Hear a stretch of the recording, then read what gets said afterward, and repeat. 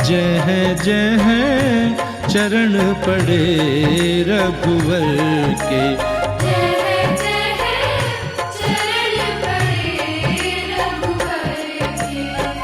चरण पड़े रघुवर के मेरे, चरण पड़े रघुवर के, जह जह चरण पड़े रघुवर के, जय जय चरण पड़े रघुवर के। सुख सागर संताप मिटावे, ऐसी करुणा करके, जह जह चरण पड़े रघुवर के, जय जय चरण पड़े रघुवर के। जह जह चरण पड़े रघुवर के। जय जय चरण पड़े रघुवर के। बंधुओं, सारे लोग प्रसन्नतापूर्वक श्री सीताराम जी का गुणगान गाएं, नाचे गाएं। अब हम लोग अयोध्या पहुंच गए हैं, बड़ा आनंद का विषय है। पर जब आ गए अयोध्या, यहाँ तो रामलला की जय, राजा राम की जय। आइए आप भी हमारे साथ गाइए। राम जी रो नाम मन मीठो घणो लागे रे, राम जी रो नाम मन मीठो घणो लागे रे, मीठो घणो लागे रे, मीठो घणो लागे रे, मीठो घणो लागे रे, मीठो घणो लागे रे।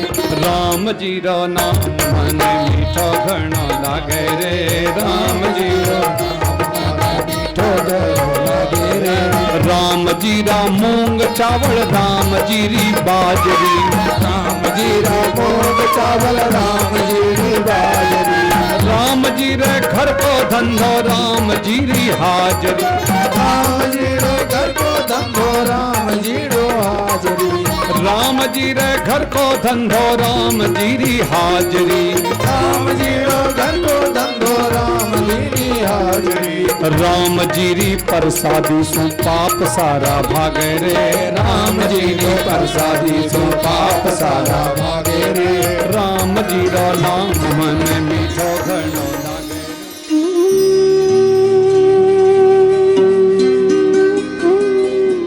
जय सिया राम।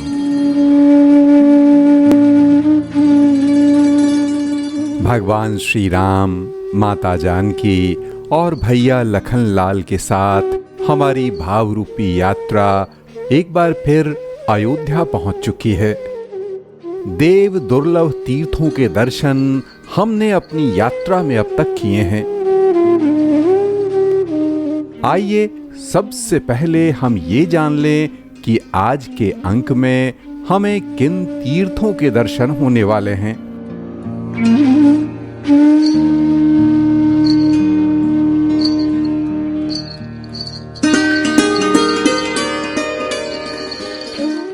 आइए अब सबसे पहले हम चलें सीता कुंड के दर्शन के लिए।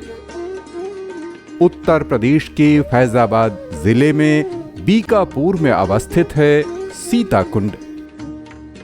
अयोध्या के पास वनगमन मार्ग पर सीता कुंड के नाम से 2-3 सरोवर प्रख्यात हैं।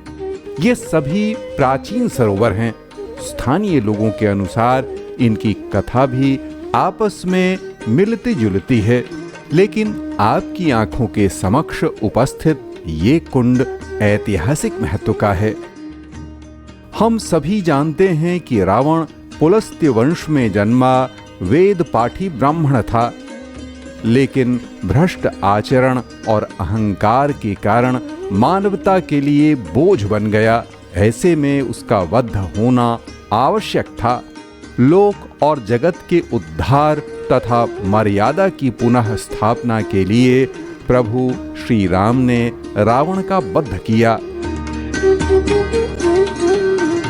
रावण को मुक्ति तो मिल गई, लेकिन श्री राम और सीता जी पर ब्रह्म हत्या का दोष भी लग गया।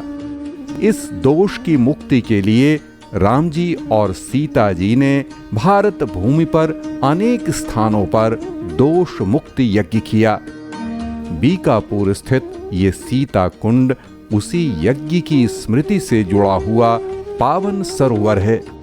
लोक आस्था के अनुसार स्थानीय ब्राह्मणों ने ब्रह्म हत्या का बोझ अपने सिर पर लेने से मना कर दिया। ऐसे में बाहर से ब्राह्मणों को बुलाया गया। बाहर से आए ब्राह्मणों ने ही दोष मुक्ति का यह यज्ञ संपादित किया।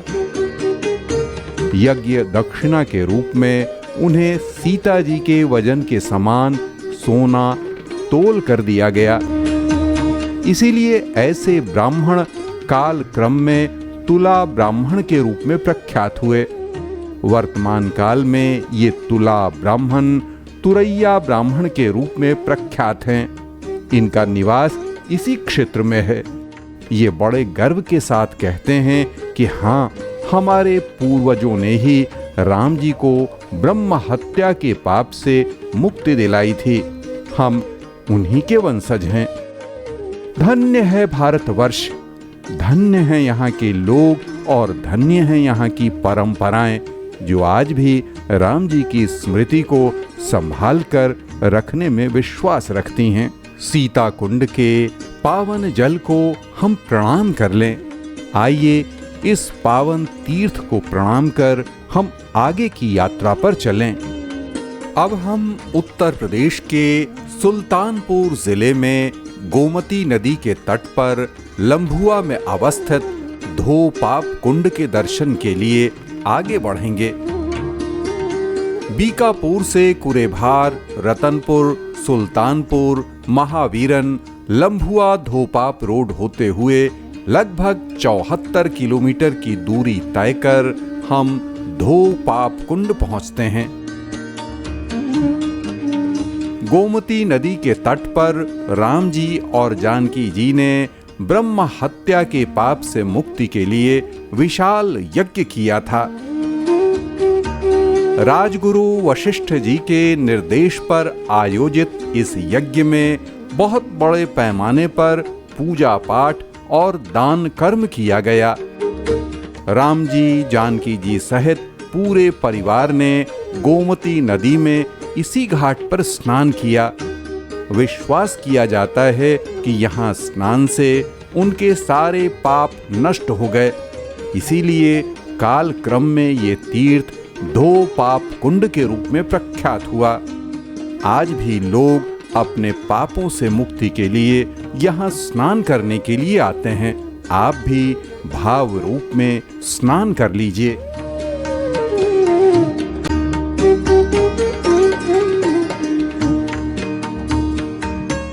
गोमती नदी पर इस कुंड में स्नान के बाद हम ऊपर की ओर चलें। राम जी की स्मृति में विराजमान है ये मंदिर। लगभग 300 वर्ष पुराना ये मंदिर बताया जाता है। मंदिर का रंग रूप धूप, गर्मी और वर्षा से प्रभावित नहीं होता। बड़ा ही सुंदर मंदिर है। हम सादर प्रणाम कर लें। आइए यहाँ हम दर्शन के लिए अंदर चलें। यहाँ विराजमान हैं हमारे आराध्य। सादर प्रणाम कीजिए। यहाँ की स्मृति मन में बसाकर आइए अब हम आगे की यात्रा पर चलें। अब यहाँ से हम एक और अद्भुत तीर्थ के दर्शन के लिए चल रहे हैं। ये तीर्थ हनुमान जी की पावन स्मृति से जुड़ा हुआ है। उत्तर प्रदेश के फैजाबाद जिले में बिजेथुआ में अवस्थित है मकरी कुंड। वही मकरी जिसने हनुमान जी के पैर पकड़ लिए थे। धोपाप कुंड लंभुआ से शाहगर, तिवारीपुर, मोहम्मदपुर, धुरीपुर, कादीपुर होते हुए हम बिजेथुआ पहुंचते हैं। बड़ा ही जागृत तीर्थ बताया जाता है। बड़ी संख्या में श्रद्धालु यहाँ दर्शन के लिए आते हैं। यहाँ की कथा हम स्थानीय लोगों से जानते हैं। युद्ध के समय जब लक्ष्मण को शक्ति लगी तो हनुमान जी को मूल संजीवनी लेने के लिए धौलागिर भेजा गया यहाँ रास्ते में कालनेमी राक्षस साधु का वेश बनाए हुए उन्हें रोकने के लिए बैठा था।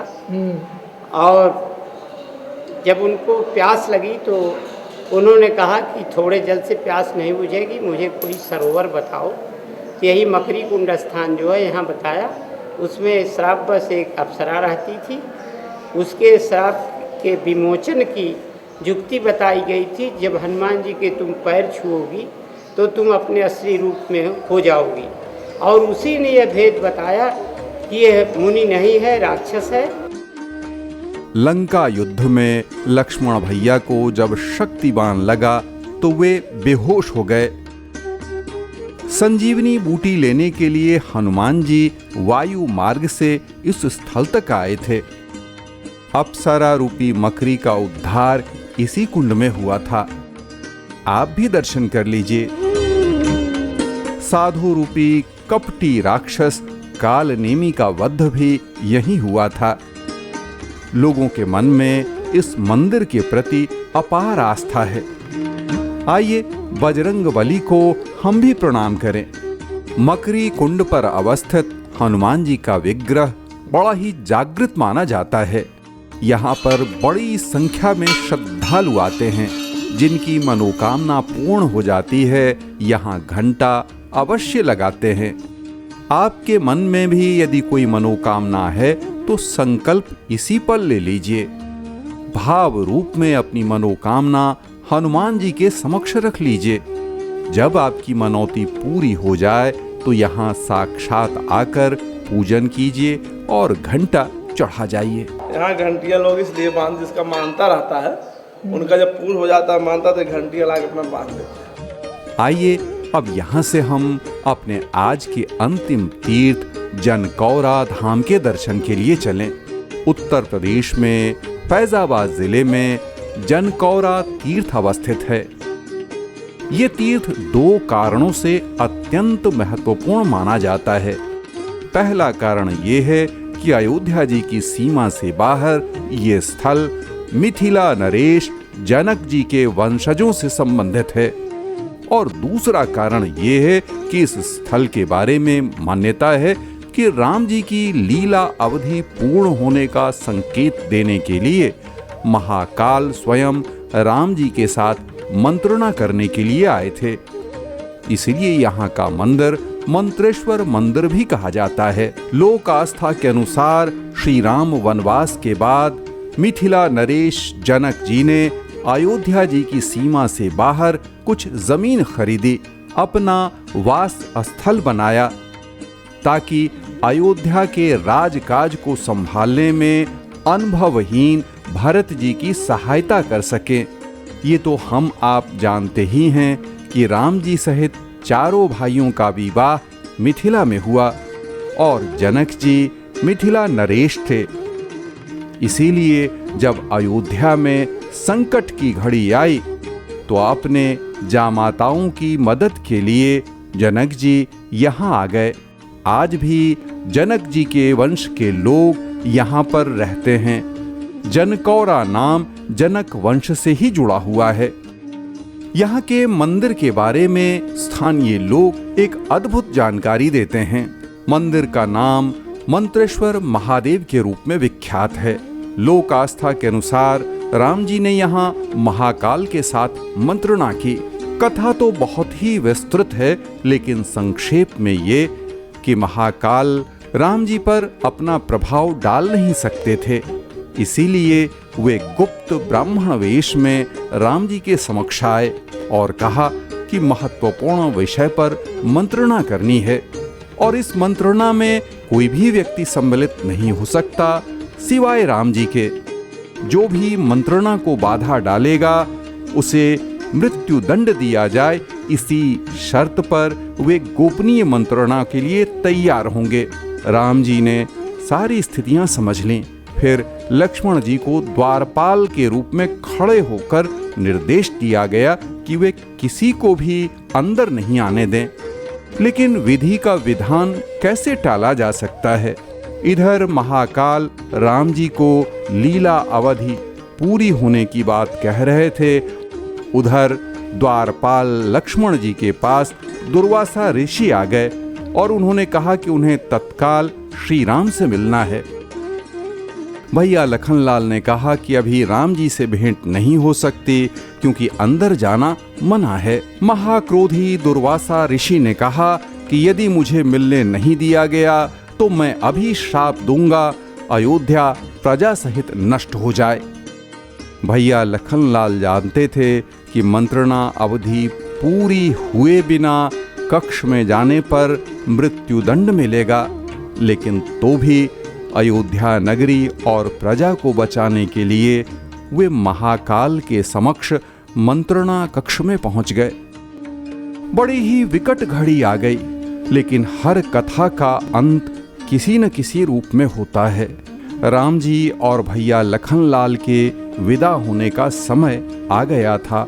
महाकाल इसी की सूचना देने आए थे और प्रभु की लीला किस रूप में संपन्न हुई ये हम आप सभी जानते हैं, लेकिन इस लीला की कथा अगले अंक में हम आपसे निवेदित करेंगे। अभी तो दर्शन कीजिए मंत्रेश्वर मंदिर परिसर के, दर्शन कीजिए महादेव के, भोलेनाथ के, पूजन कर लीजिए भाव रूप में। याद कर लीजिए कि किस तरह महाकाल और राम जी की यहाँ भेंट हुई होगी। यहाँ पूजन अर्चन कर एक बार फिर से जनकौरा के इस सरोवर में हम जलांजलि दे लें, यहाँ की शोभा निहार लें। हमारा आज का विश्राम स्थल यही है। अगले अंक में हम आपको कुछ और तीर्थों के दर्शन कराएंगे। हमारे इस धारावाहिक जहाँ जहाँ चरण पड़े रघुवर के का आखिरी अंक होने वाला है। हम आप सभी से निवेदन करते हैं कि आप हमारे YouTube चैनल राम ही राम को सब्सक्राइब कर लें, क्योंकि हमारा नया कार्यक्रम हमारे YouTube के मंच पर ही प्रसारित होगा। इस अंक के राम भक्त परिवार में सम्मिलित हैं वे सभी दानदाता जिन्होंने गुप्त दान दिया है। दर्शकों, हमारा यह कार्यक्रम अब संपन्न हो रहा है। इस कार्यक्रम के निर्माण और प्रसारण में अनेक दानदाताओं ने अपना सहयोग दिया। हमारे बार बार आग्रह के बाद भी कुछ दानदाता ऐसे थे जिन्होंने अपने नाम या चित्र का प्रदर्शन कार्यक्रम में करने पर बड़ी विनम्रता से मना कर दिया। श्री राम सांस्कृतिक शोध संस्थान न्यास अपने ऐसे गुप्त दानदाताओं का आभारी है। हम अपने सभी दानदाताओं के चहुमुखी विकास की कामना करते हैं। जहाँ जहाँ चरण पड़े रघुवर के कार्यक्रम अपने अंतिम पड़ाव पर पहुंच चुका है। अगला अंक हमारा अंतिम अंक होगा। हम आप सभी के आभारी हैं। हम अपने सभी दर्शकों से एक बार फिर से निवेदन करते हैं कि आप हमारे YouTube चैनल राम ही राम को सब्सक्राइब कर लें। बहुत जल्द हमारा नया कार्यक्रम YouTube सहित अन्य सोशल मीडिया प्लेटफॉर्म पर उपलब्ध होगा। YouTube पर राम ही राम चैनल के माध्यम से आपको अगली सूचना दी जाएगी। हम अपने सभी दर्शकों के सर्वतोमुखी विकास की कामना करते हैं। जिस उत्साह के साथ दर्शकों ने हमारा साथ दिया, इसके लिए हम आप सभी के आभारी हैं। पिछले अंक का सवाल, दशरथ जी का अंतिम संस्कार कहाँ हुआ? सही उत्तर है दशरथ समाधि। इस अंक के विजेता है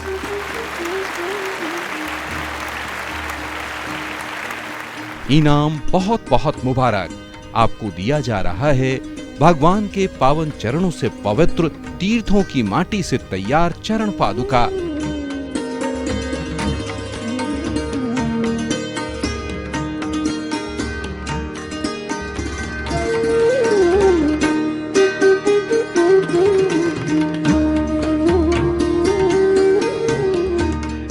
इस कार्यक्रम में प्रश्नोत्तर में भाग लेने वाले सभी विजेताओं को श्री राम चरण चिन्ह भेजे जा रहे हैं। जिनके जवाब सही पाए गए हैं उन्हें पत्रक भेजा जा रहा है। आखिर ये घड़ी की टिक टिक बता रही है कि आज का विश्राम हमें यही करना पड़ेगा। तो आज रात्रि विश्राम यहाँ करते हैं। अगली बार इसी चैनल पर इसी समय इसी दिन पुनः मिलेंगे। तब तक जय श्री सीताराम। जय है चरण पड़े रघुवर के।